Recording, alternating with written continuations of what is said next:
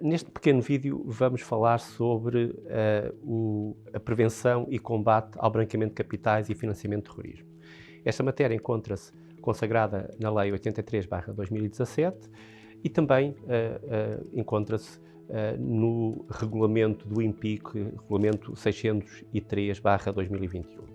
Nestes diplomas encontramos os deveres gerais e específicos que devem ser respeitados pelas entidades obrigadas. O que nós hoje vamos falar em concreto não é dos deveres todos, mas daqueles que mais contribuem para o efetivo combate. Vamos falar concretamente do dever de identificação e diligência.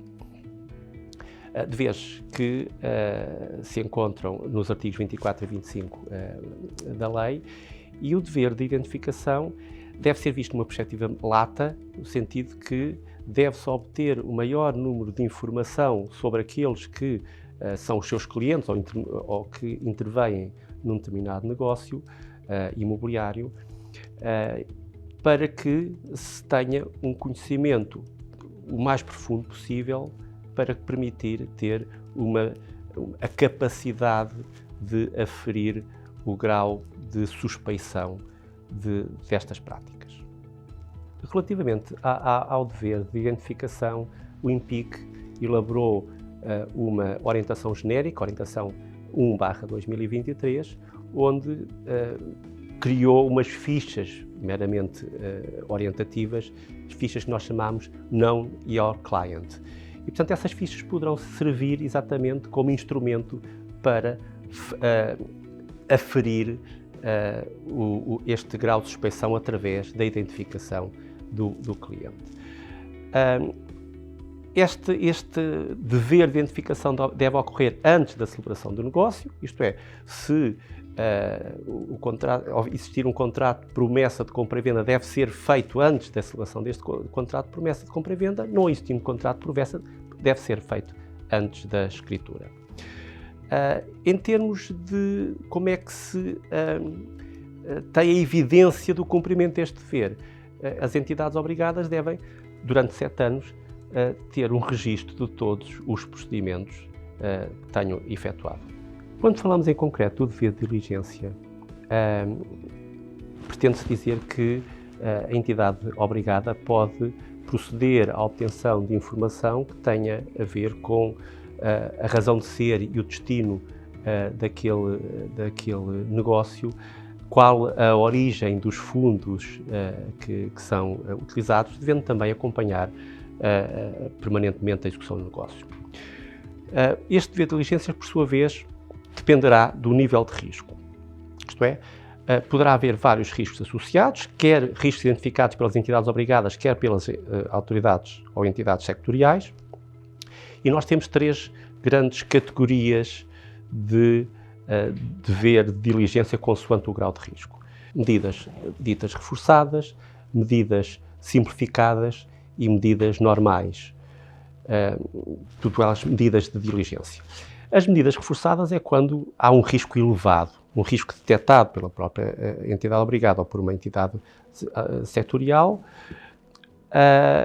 e há determinadas situações em que o risco é sempre considerado, a medida tem que ser sempre reforçada porque o risco é elevado.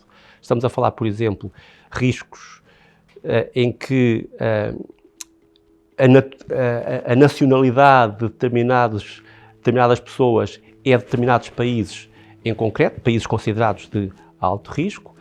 Por exemplo, se os negócios for feito à distância, também é considerado de alto risco e, portanto, a medida tem que ser reforçada. Ou se estivermos a falar, por exemplo, de pessoas expostas politicamente, conhecidos por PEPs ou outras pessoas com cargos políticos, também, nestas situações, a operação é sempre considerada de alto risco e, portanto, a medida deve ser reforçada.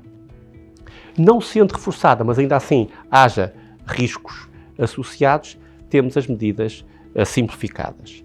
E aquilo que é, digamos, a situação mais frequente serão as chamadas medidas normais de diligência.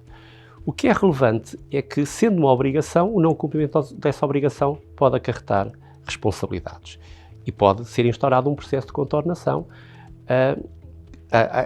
àqueles que não cumprirem estes deveres de identificação e diligência.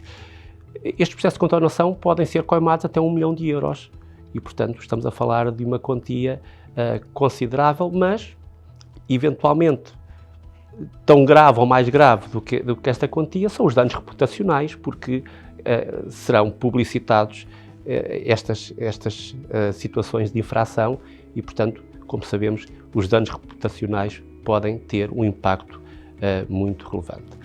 Para além destas situações, poderá também haver sanções acessórias de encerramento do estabelecimento até 2 anos ou, por exemplo, a proibição de exercer a atividade até 3 anos. Para além da questão das sanções pecuniárias, também poderá haver sanções acessórias. Sanções que se consubstanciam na perda para o Estado do benefício daquela operação. Pode também ocorrer o encerramento do estabelecimento até 2 anos, em que aquele operador económico não pode exercer nesse estabelecimento qualquer atividade. Pode também suceder a interdição no exercício da profissão até um período de 3 anos e também até um período de 3 anos a impossibilidade, a interdição de poder ser sócio-gerente, portanto, fazer parte de corpos sociais de determinadas entidades. Referir que estas sanções são publicitadas e daí há pouco ter falado nos danos reputacionais. Portanto, estes são os deveres que neste pequeno vídeo gostaria de partilhar e depois faremos outros vídeos com outros deveres nesta matéria tão relevante como é a prevenção e combate, branqueamento de capitais e financiamento do terrorismo.